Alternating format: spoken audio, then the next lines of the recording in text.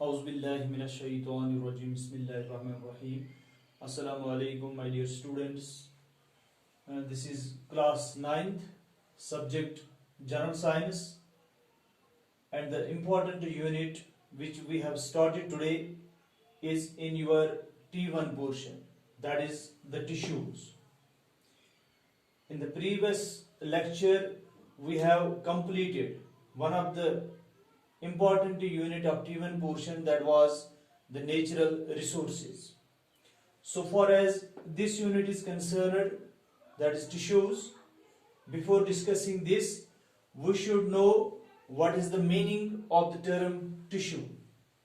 I had mentioned over here, the tissue, it is actually the group of similar or dissimilar cells working together to perform a particular function is called a tissue. That means tissue is made up of a group of cells. When the different cells combine with each other and then performs a particular function, this is known as the tissue. But in tissue, either the similar or the dissimilar cells work together to perform a particular function.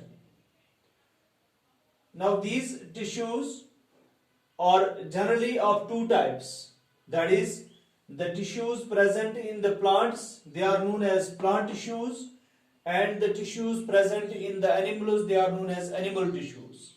But today we will discuss the plant tissues. Now what are plant tissues? Plants are stationary. What do you mean by stationary? Stationary means plants are having the fixed position. No doubt they are living, but they are not in a position to move from one place to another place. That's why we say plants are stationary.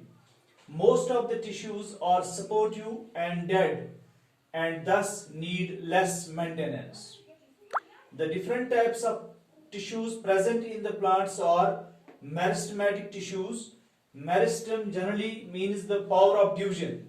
Here I have mentioned some of the important features of the meristematic tissue.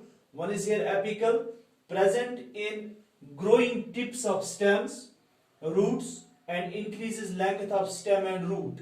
Lateral, increases girth of stem or root, that is known as the cambium.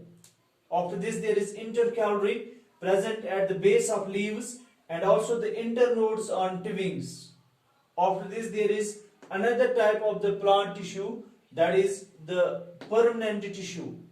Here meristematic tissue takes up a spastic role and loses the ability to divide, results in the formation of a permanent tissue.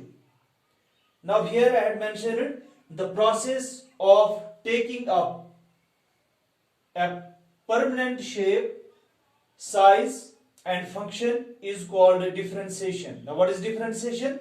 It is actually the process of taking up a permanent shape, size and a function. This process is known as the differentiation.